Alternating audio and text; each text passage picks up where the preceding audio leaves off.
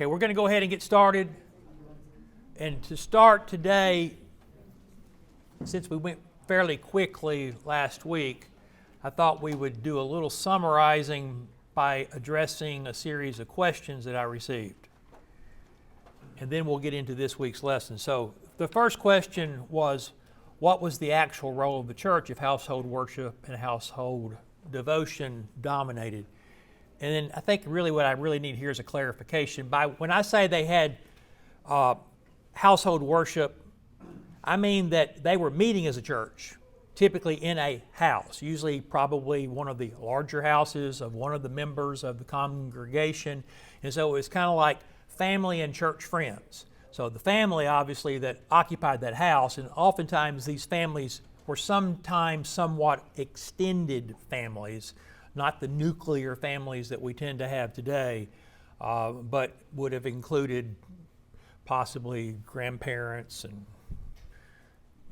cousins and uncles and various other sundry people. But meeting in those houses with the family and with members of the church. And this is something that likely predominated into the latter part of the 2nd century. And so really church was there, and it wasn't like church was some entity separate and apart from that. So that's kind of the clarification for that. Second question, was the role of elder an innovation or a synagogue rabbinical carryover?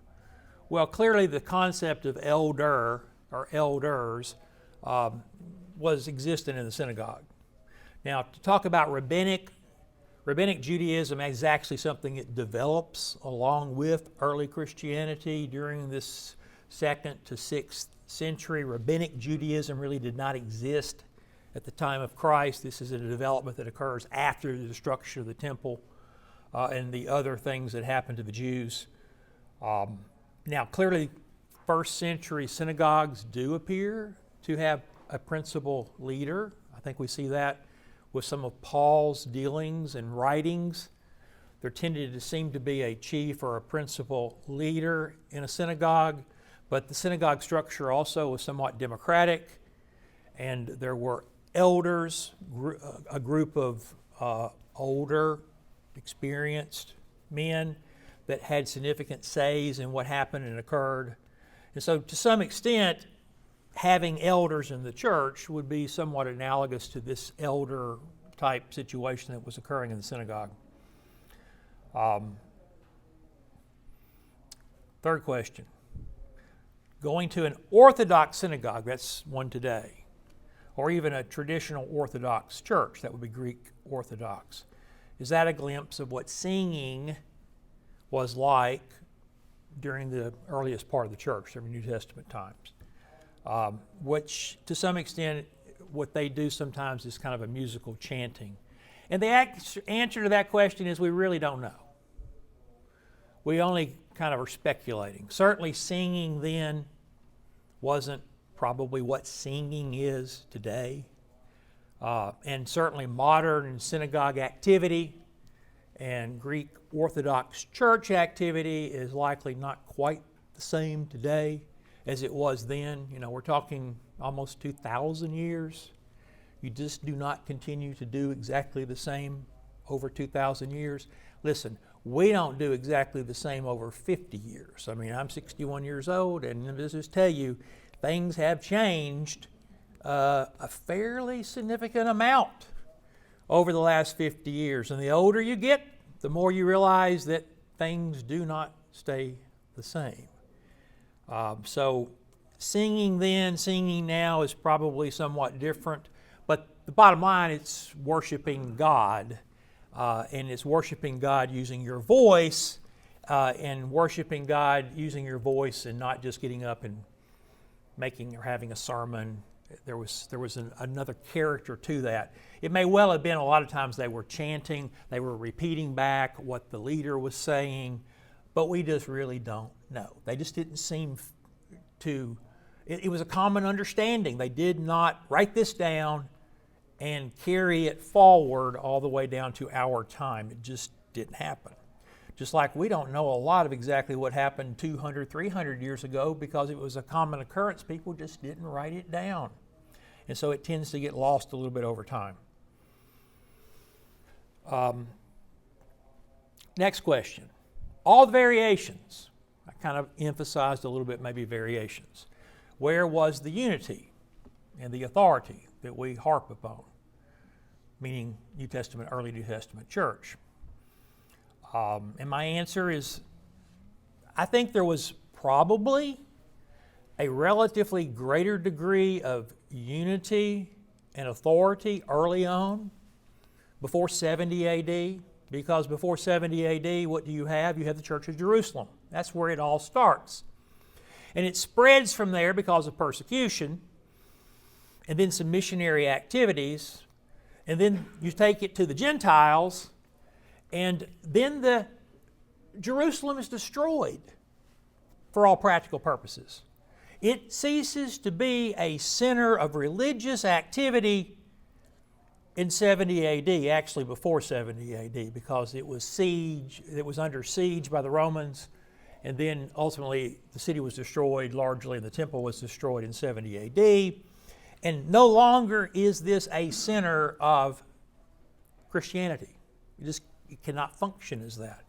And so then, not too long after that, clearly there are several centers of Christianity that seem to rise up. Antioch, Alexandria, places in Asia Minor, probably around Ephesus, Rome. And organization starts occurring from that perspective, and you start getting a lot more variety again. Because these are different places with different people, with different issues and problems. And so variety probably starts coming back in even from a doctrinal perspective. And that's probably what we're seeing, or what we see in the latter part of the first century, and we certainly see that throughout the second and into the third century. And then we actually would see somewhat of a semblance of unity occur. Now, maybe not in the way we think it should occur, because that's basically with the rise of the Catholic Church. So with the rise of the Catholic Church, you start getting uniformity, because they start stamping out heresy. So things that become considered to be false teachings, they start stamping out. And so you start losing variety, and you start getting a little bit more toward uniformity, and you do this because of a hierarchical organization that's able to impose that type of structure. And that comes along with the transition of Christianity to becoming the religion of the state. And so when that occurs, you even have more potential for imposed uniformity. Now, unity is clearly a New Testament biblical concept.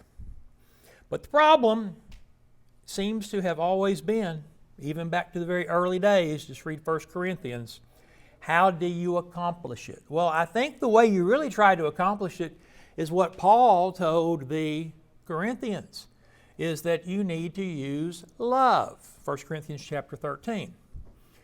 And the other thing, the Jews were relatively unified in some ways. Now, there were different kinds of Jews, but they did seem to be able to have an overall unity. They could seem to meet in the same synagogue, even though there were Pharisees and scribes and priests and regular Jews. And they seemed to be able to get along to some extent. But they had a very significantly shared common heritage. They were Jews. They were Jews largely by birth and heredity, and certainly culture.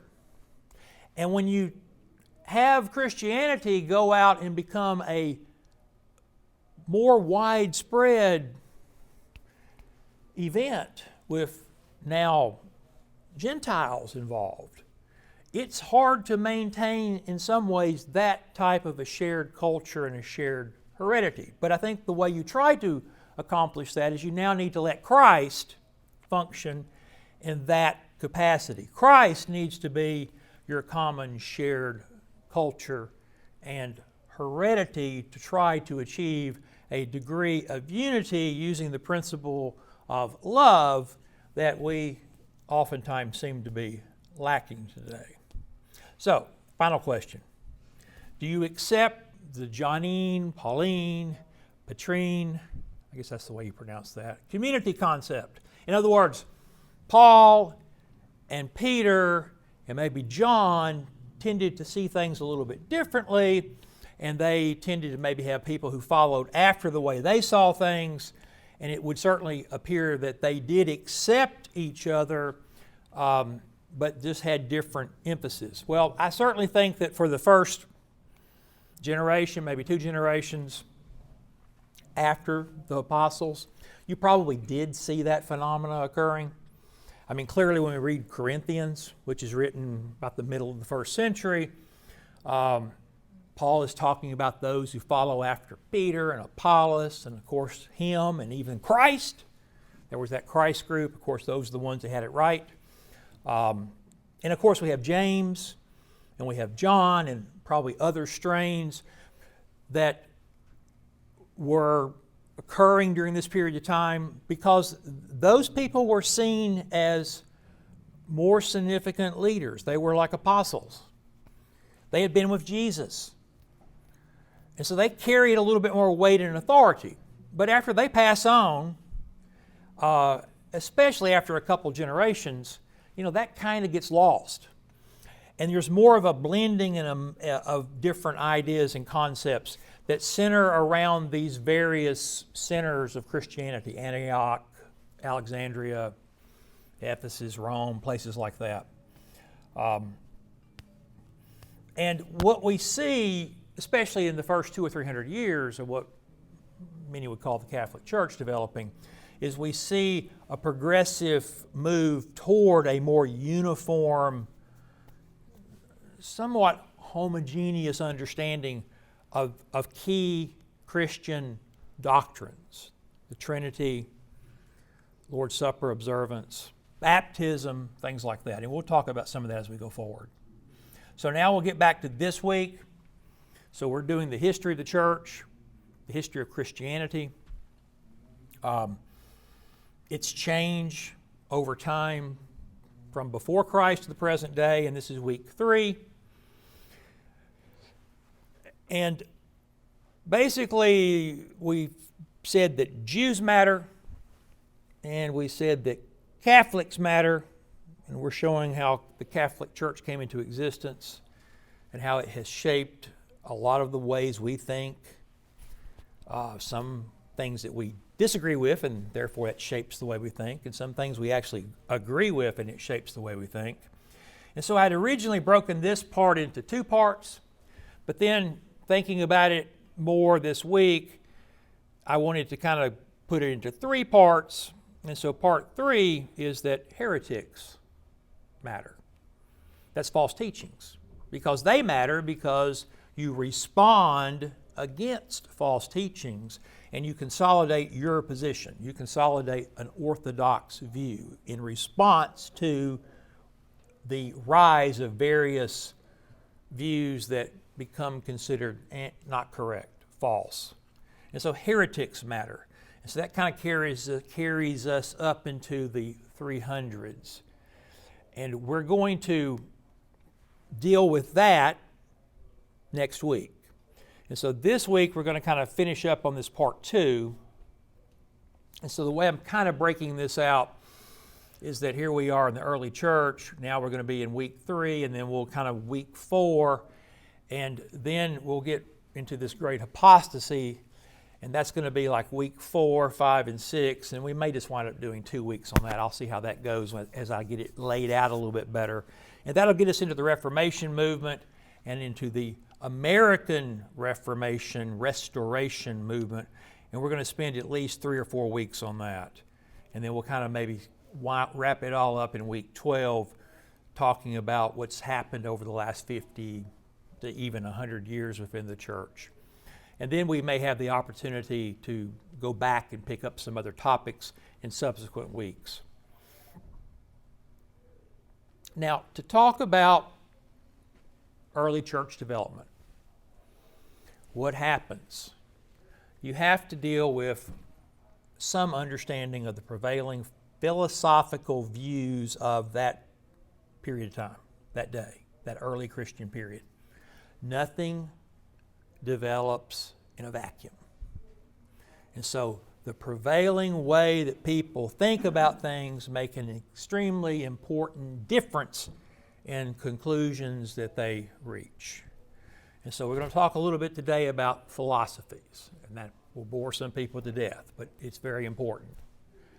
And we're going to talk about Apostolic Fathers, those first important religious leaders, and they're important because they left behind a history, not just a history of others telling about them, but they left behind writings that we can actually look at. And then we'll briefly mention the Greek apologists, the first people writing specifically in defense of Christianity, in defense of the church, against those who were persecuting the church and against false teachings within the church itself. And then next week, we'll talk about three types of early Christianity and the early heresies specifically. Now, from a philosophical perspective, this is a period of time where the Roman Empire has control over the area that we're talking about. It's in that fullness of time. There's a lot of economic activity that's possible that was previously not possible. There is trade between various areas. You know, you can make fairly long trips. Even people of moderate means could potentially do that. And so this is a period of time where we see the development of an eclectic, syncretic type of philosophy. In other words, you pick from various things what seems to be helpful or useful to you, and you use them. And we also see that individualism actually starts to take root. We are an extremely individualistic culture. We cannot even hardly conceive of anything other than our individualistic way of thinking. But that has not always been the case. In fact, it is really, to a large extent, to the degree that we do it today, is a really modern conceptualization. But individualism does start during this period of time because you actually have the possibility that at least some individuals and in some areas are able to make choices and decisions. They can choose, and they can even choose a religion. Now, previously you were simply born into a religion. Or you were basically born into the religion, or if you went into a given area, you were going to be basically the religion of that governing body, the religion of the state.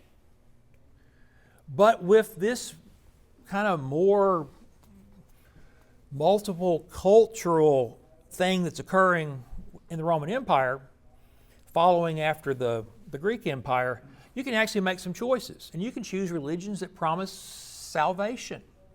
And those can be apart from those state religions.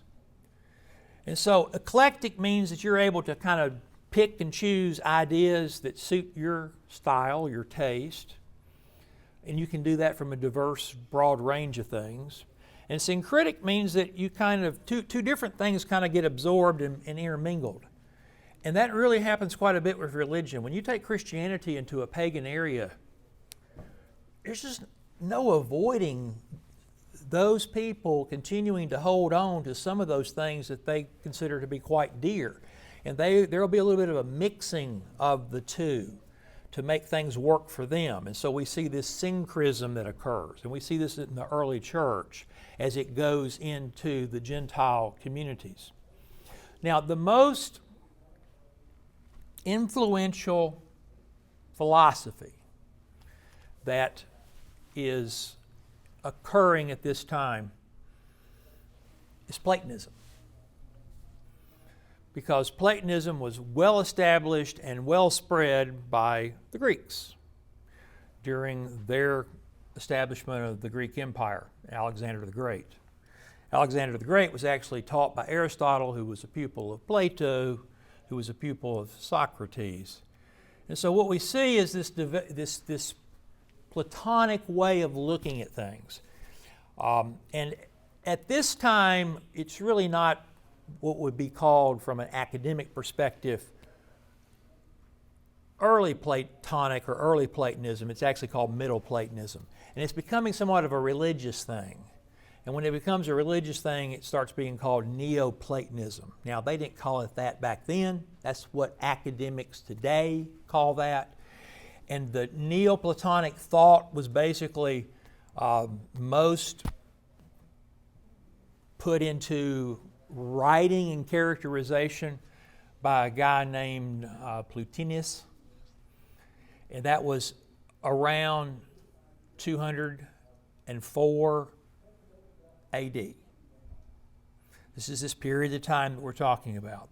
And the interesting things about Middle Platonic philosophy is their givens, their underlying root given is that reality that we see is not really reality.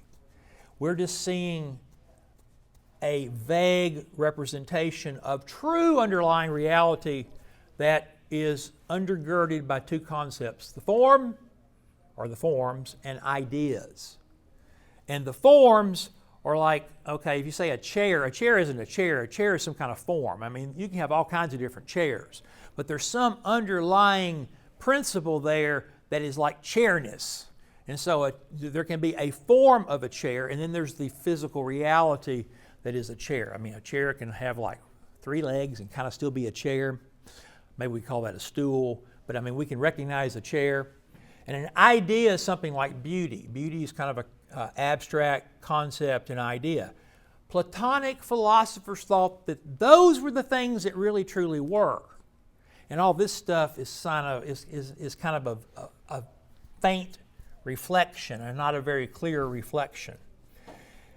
They believed in the existence of abstract objects. Now, the modern conceptualization of Platonic kind of thought is that abstract objects exist, and these are non-physical, they are non-mental, they're not even something you conjure up and think about because they already exist.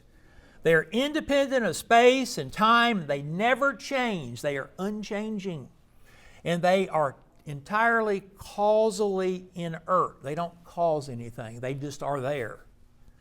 Now, that is very hard to wrap yourself around because we, by and large, the way we normally think about things is not very Platonic. Now, Plotinus basically had 3 principles, and these are very influential at this period of time. Plotinus believes in the One, and the One is the supreme, absolute, transcendent. I mean, he's like a part above and beyond everything. Indivisible, not able to be multiplied, not able to be categorized with any distinctions, beyond all categories. So the One is even beyond the category of being. He is even beyond being or non-being. The One exists prior to anything else. And the One is identified with the concept of good and the principle of beauty. The One is without action. It just is. Now, that is the Platonic conceptualization of what others say, that's God. And that is what early thinkers, because of this great influence by Platonic philosophy, that is the thing that they seized upon and said, yes, God, this is God, He's the One. Now, this starts causing some problems, though, because when you carry this Platonic philosophy to its natural conclusion, this one is not able to do anything. This one is absolutely, totally transcendent. Now, two concepts. We have transcendence and we have immanence. And they somewhat are kind of like mutually exclusive. Something that's totally transcendent really, by definition, cannot be immanent at all. Immanent means able to do things, able to interact with you, to be next to you, to cause things to happen. Transcendent, totally transcendent, I mean, they're just way out there. They don't do anything, they're just there. They don't have any relationship or activity with you. But God gets seized upon as being the one. And then they try to, how do you work that out? Well, how does the one do anything? Now, the other two principles were the intellect and the soul. Now, these are not the one. But what they do is they emanate from the one.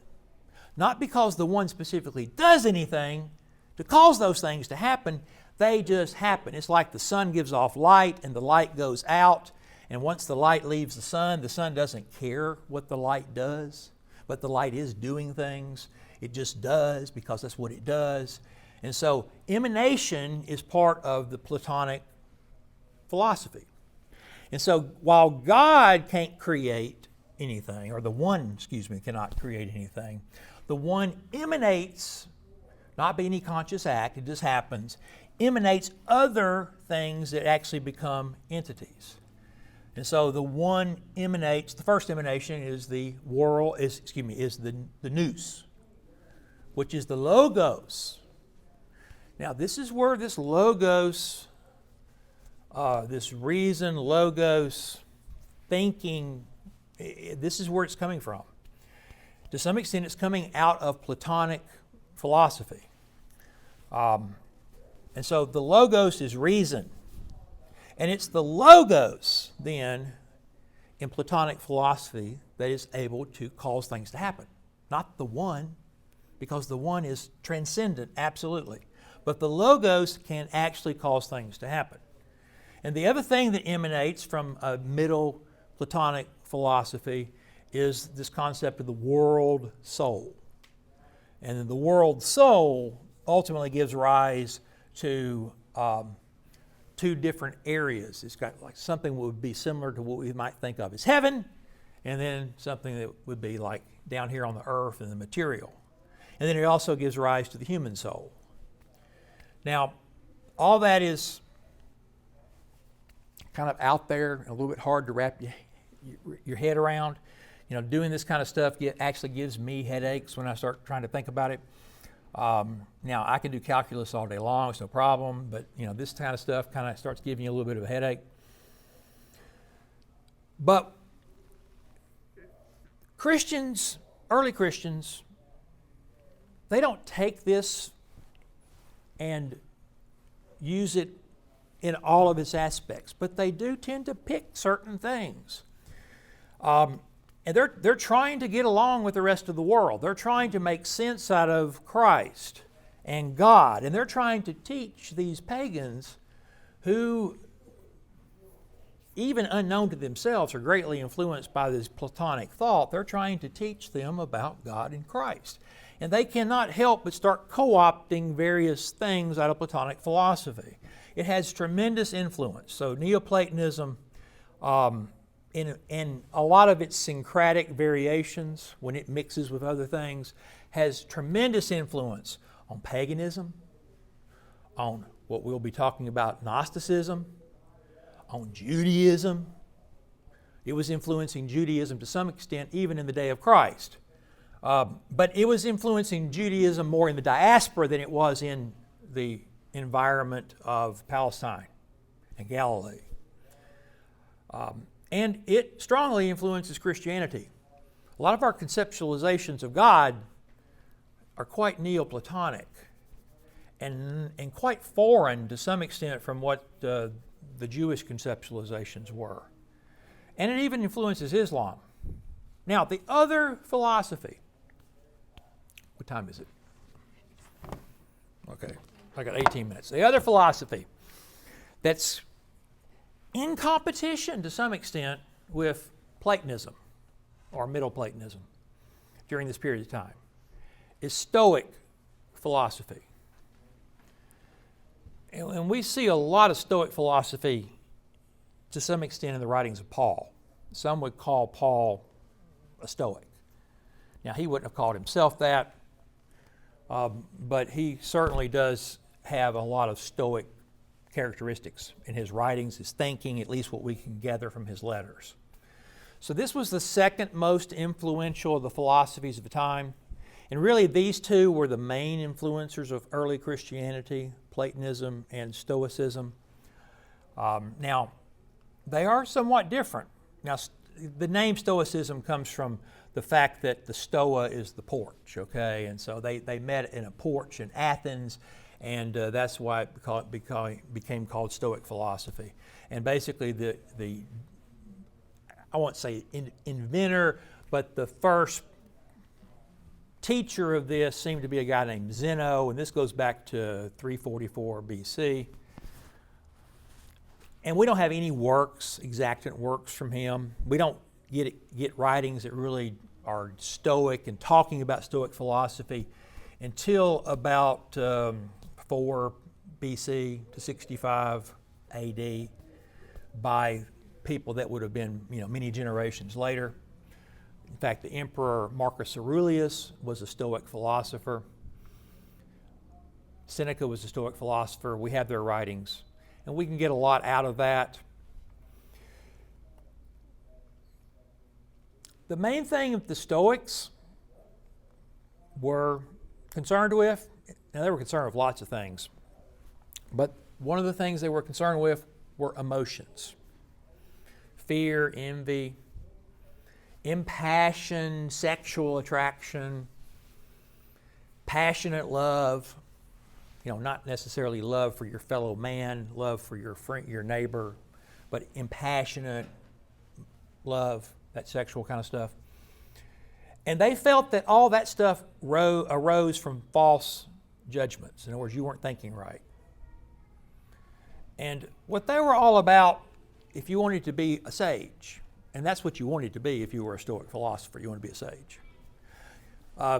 You wanted to obtain moral and intellectual perfection.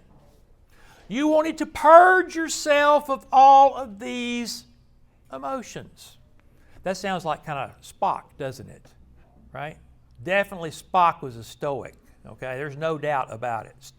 You think if you're into Star Trek now, you think about Spock, and I'm just here to tell you that when they created the character Spock, they got the Stoic textbook out, and Spock is your ultimate Stoic in many ways. Okay, so you want to purge all these emotions, and you do that by discovering natural law. And if you can do that, then you are immune to all misfortune, and you are happy. You're happy simply by being virtuous. Nothing can happen to you then that's going to make you unhappy or cause you misfortune, and that's what Stoic philosophy was striving for. Now, they had these doctrines of natural law, and they also had doctrines of the divine logos. They saw God in a totally different way than the Platonic philosophers, or they saw what we would call God. They saw Him as being immanent, being there, being involved in the entirety of creation. And He was able to do that through the logos and also through the intelligent designing breath, the pneuma. And the pneuma encompassed everything. This is the Stoic philosophy. Stoics did not believe in empty space. There was no such thing as empty space. Now, they did conceptualize as the universe being surrounded by empty space, because that just was nothing. There wasn't really such a thing. But within the universe itself, there was no empty space. There was no vacuum. What occupied what we would think of or perceive as empty space or vacuum was the pneuma, the breath. And it even mixed with material objects. And of course, their material objects, they felt that there was earth and fire and water, very Aristotelian type things.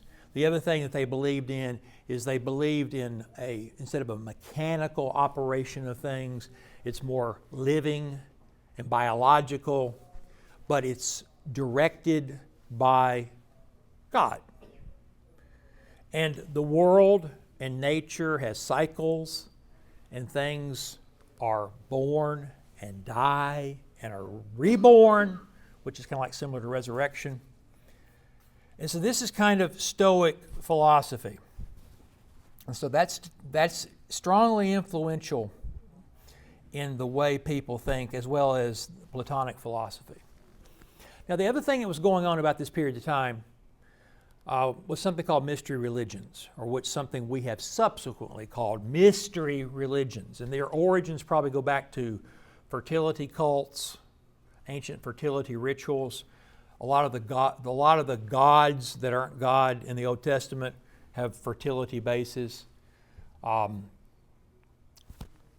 These fertility cultures, rituals, bought into the fact that life is death.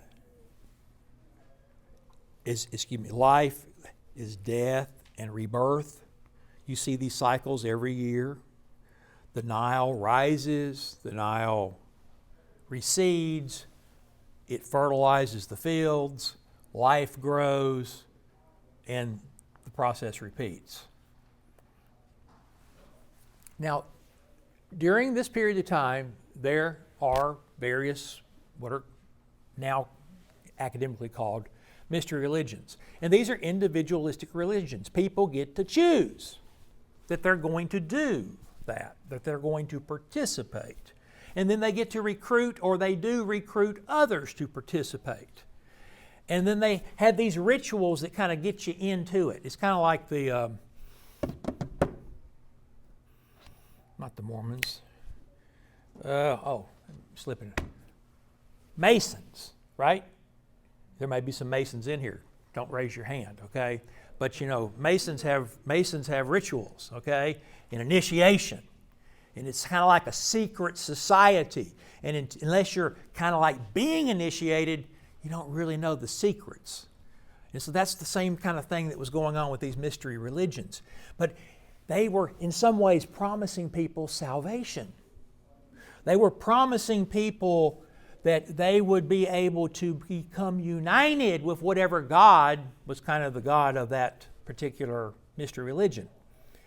And so it was appealing and attractive to people. They had communal meals. They had these ritual services that got you in. So it kind of seems a little bit like early Christianity or Christianity, doesn't it? Now, that's what scholars have tried to say. Scholars have tried to say, well, Christianity really is just one of these mystery religions. But better scholarship doesn't really look at it like this. Better scholarship is it's kind of just, it's a thing. And it may be that they actually borrowed a lot from Christianity as opposed to Christianity borrowing from them. But one of the prominent cults from these mystery religions was the cult of Isis. Now that's enough about that. It's just you need to kind of know that kind of stuff was going on. And so that is a competing choice for people that are able to choose. Christianity, going to the synagogue if you're a Gentile God-fearer, the cult of Isis, or various other things. And so this influences developments in the early church. Now, another thing that happened, and was more prominent in the East than it was in the West, was emperor worship. In the eastern part of the Roman Empire, people tended to worship the emperor. And most of the emperors are more than happy to let that happen. Now, there wasn't a lot of real emperor worship going on in Rome, but in the eastern parts there were. And then this is where a lot of the persecution of the church occurs, because when you do emperor worship, you're basically saying that the emperor is Lord. And that is to say that Christ is not Lord. And basically, they would want Christians to more or less renounce their Christianity by declaring that the emperor was Lord and sacrifice to the emperor or throw a little incense to the emperor. And if you didn't do that, then they sacrificed you to the lions. Okay, that's kind of the way that worked to some extent.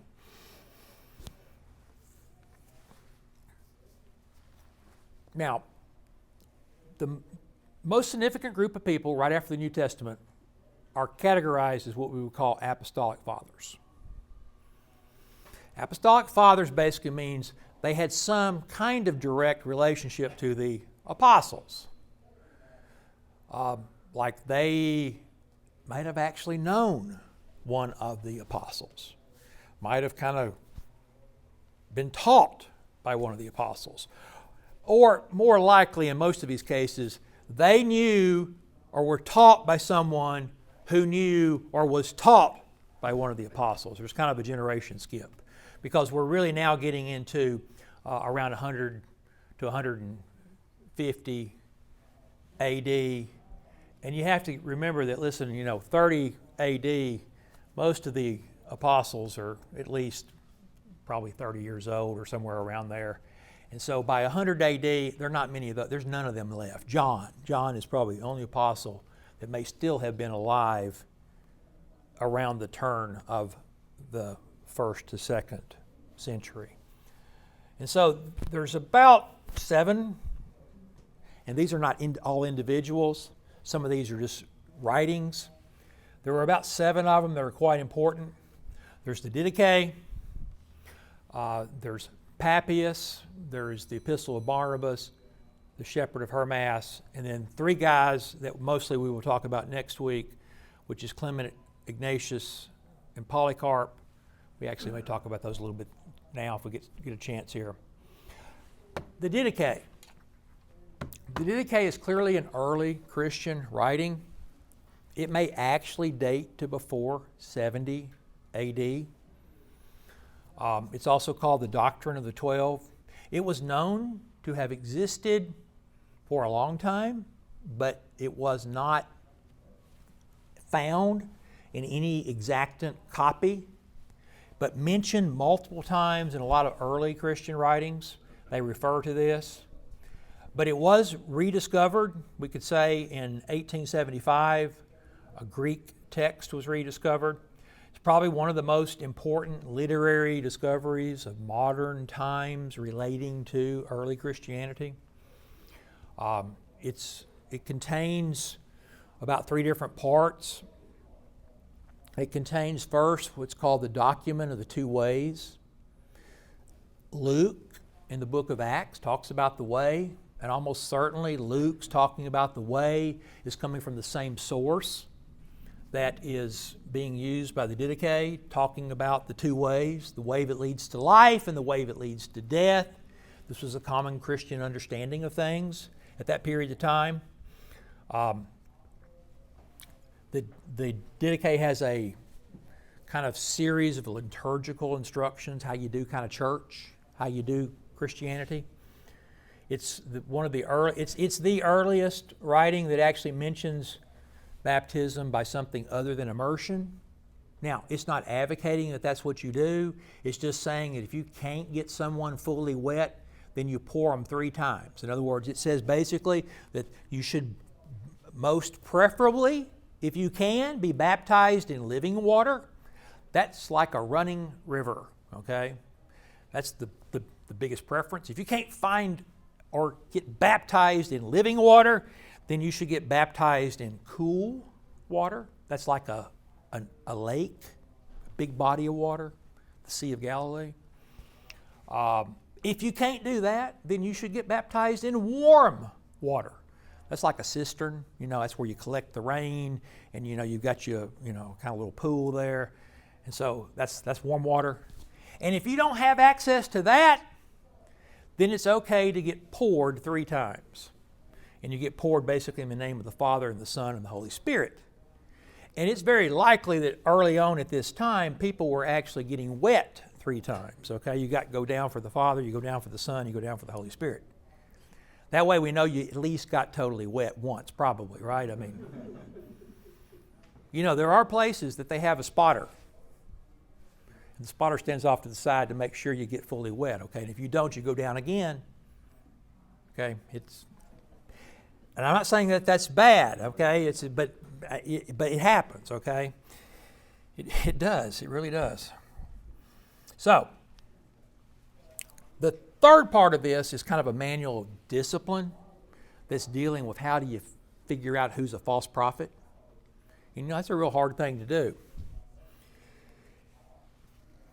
And so this is a very important work. I mean, it gives a great insight into what's going on. It's oriented toward Jewish Christianity. There's no doubt about that.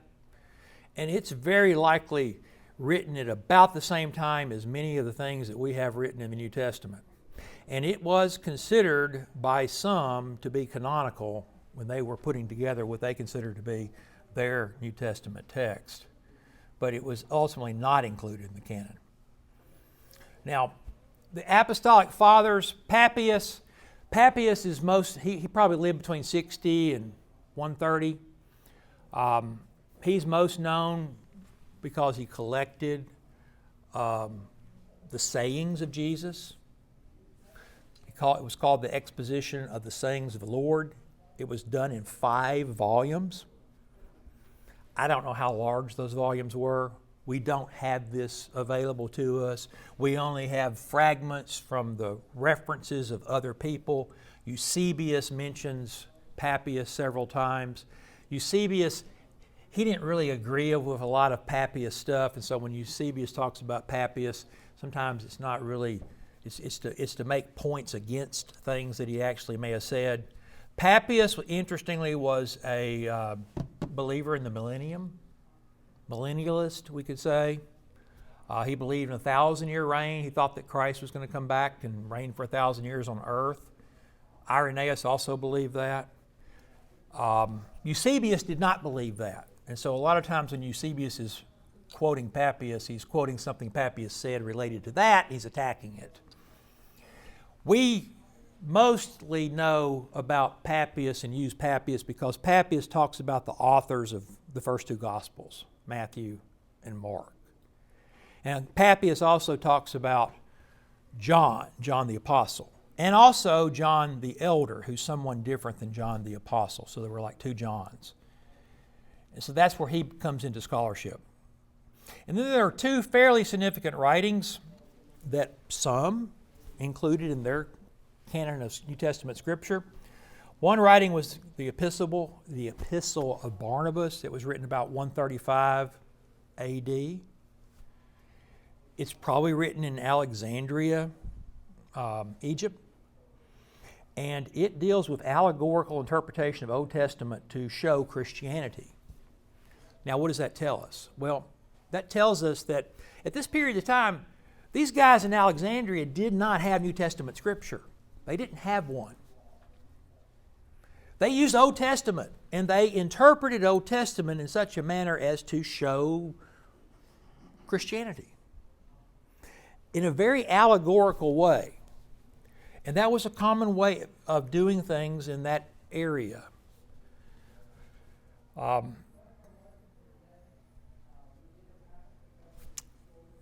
The Epistle of Barnabas confirms the pre-existence of Christ. It sees that in Old Testament. It confirms his participation in creation, his incarnation in the actual flesh, his resurrection, and the fact that after he's resurrected at some point, he's going to return and judge. Now, the Epistle of Barnabas sees a day as 1,000 years, and 6 days of creation is 6,000 years, and basically more or less says that the end of the age will be after 6,000 years. And of course, they were already at about 2,000 years, so there was about 4,000 years to go. Well, they were already at 4,000 years, and so there's about 2,000 years to go. So that means we should have already had it. And that's the kind of thing that some of these people use to try to predict when the end of the earth will be. You know, we've had all kinds of groups that have tried to do that kind of stuff. And basically it goes back to you know not the day or the hour.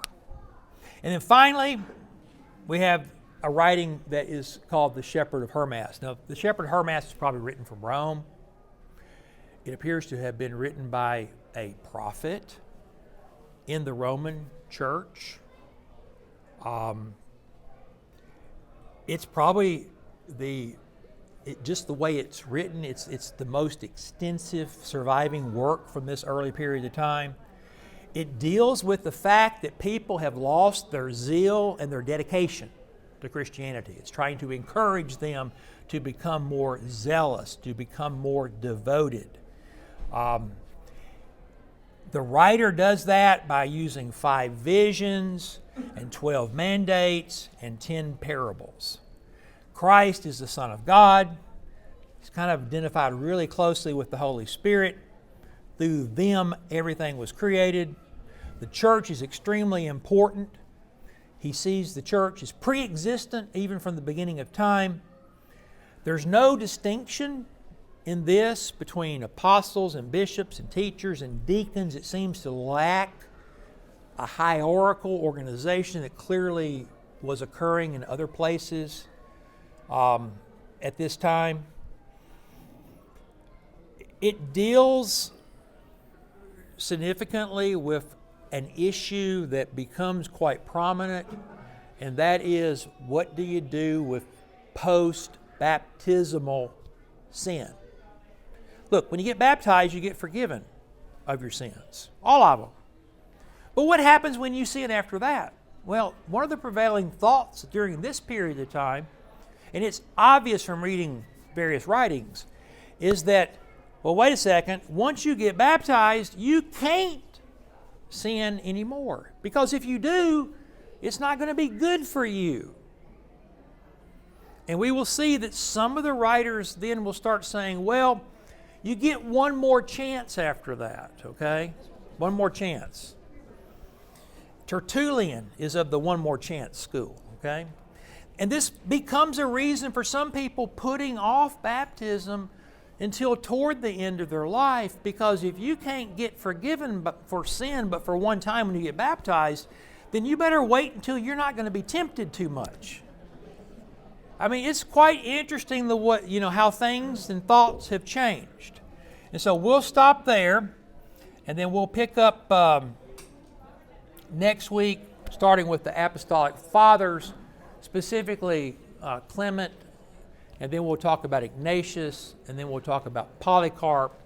And I hope I'm not boring y'all too much to tears. But these are important people, and their thoughts influenced other people, who influenced other people, who influenced other people, and it goes on and on and on to us. And you just don't know how you've really been influenced, but this is part of that chain of influence. And so we'll get back to it next week, and appreciate your attendance.